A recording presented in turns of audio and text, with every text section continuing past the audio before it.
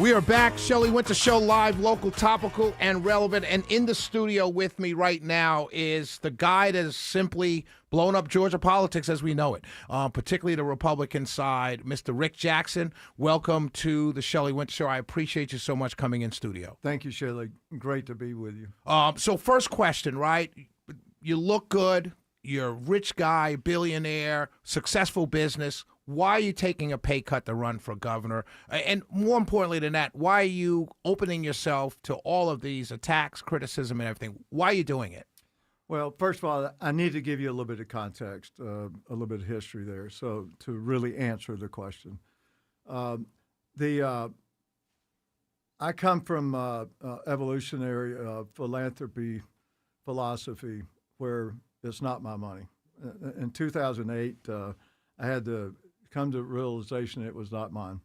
The second thing you ask is... What made you come to that realization? Oh, just with other, it's called generous giving movement with other Christian men that we still meet once a month for the last 15 years Gotcha. or so. But it's the belief that it's not mine. I'm a steward of God's money.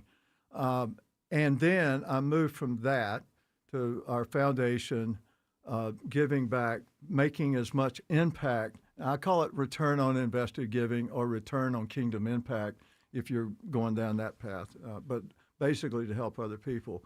So my life was, for the rest of my life, was trying to figure out what I could do to have impact on people that need it the most. And that's what I've been looking at, trying to figure out the best way. I learned from Bernie Marcus, for instance, on how to give out. It's actually not easy to give away money if you do it right, because if it's God's money, you're a steward.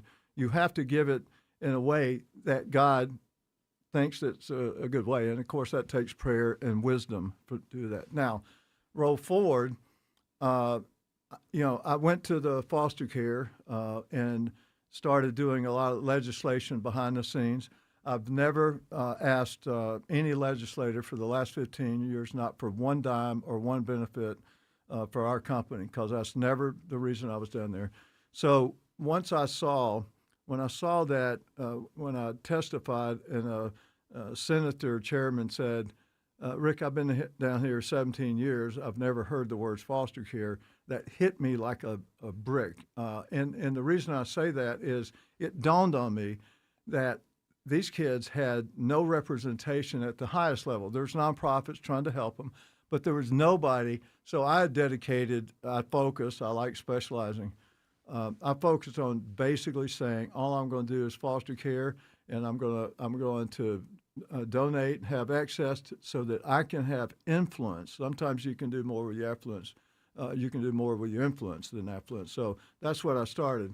Then what I saw President Trump do in the last year, and I'm talking about the business things he did, I just felt like, look, if I had the ability to lead 11 million Georgians, there's no way for the rest of my life I could have more impact for those who don't have a voice, that don't have lobbyists, that don't have money, and so forth like that. So the main reason is impact to help those who can't help themselves or don't have access.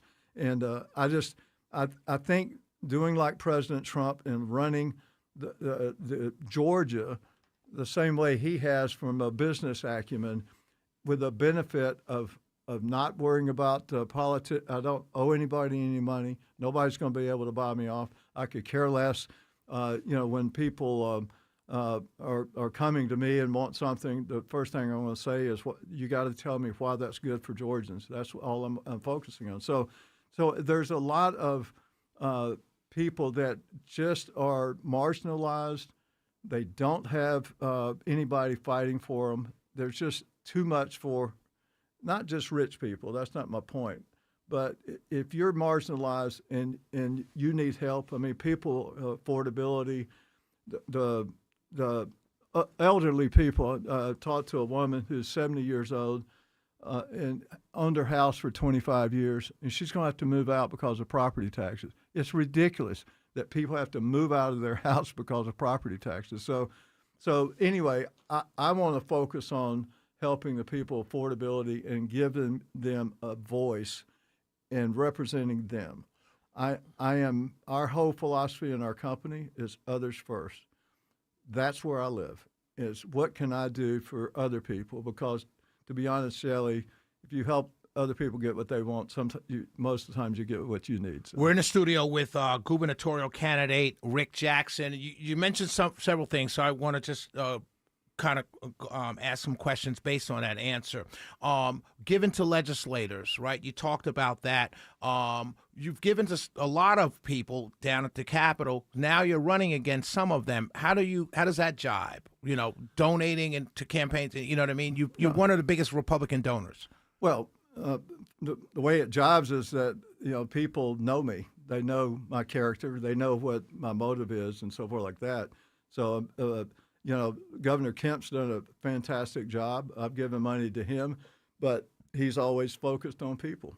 I mean, what he's been doing, what he did through COVID, it was just amazing. I don't think people knew what all he did during COVID. And, of course, we helped him out a lot because there was a lot of lives being lost during that time, as you know. Right. So there's no issue with running against people. I think it was a surprise to most people. It was a surprise to my wife on January 3rd when I told her about it. So you did tell her before you announced? Yes. That's important. Yeah, okay. January.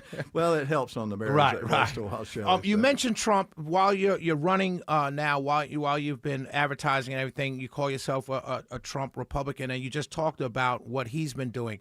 Do you call yourself a Trump Republican because of what you just explained, or is it the policies? Is it the personality? What about Rick Jackson, beyond what you just said, is Trump-like? Well, let me give you an example, okay? So we bought the last amoxicillin plant in the United States. And amoxicillin is the antibiotics? Okay. Yeah, and we renamed it U.S. Antibiotics. Okay. So that was in April of 21. We bought it out of bankruptcy. A friend of mine told me he was in the forward group with China. His name is Nick Ayers, and he with the Trump administration. And he said, Rick, I was going up. He said, what are you doing this weekend? And I told him. And he said, well, let me tell you a story. He said, when we were talking to China, the guy said, there's no way you can win a trade war with us. And they said, why? He goes, because we provide 100% of your antibiotics. Any questions? And it scared, when I found that out, I just had to do that. But under Biden, it took us 7 months to get our new name on the label approved.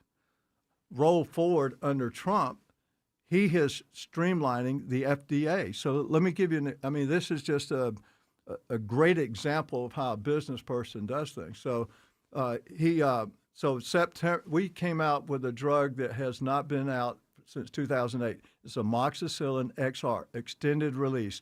Children don't have to take as many doses and so forth like that.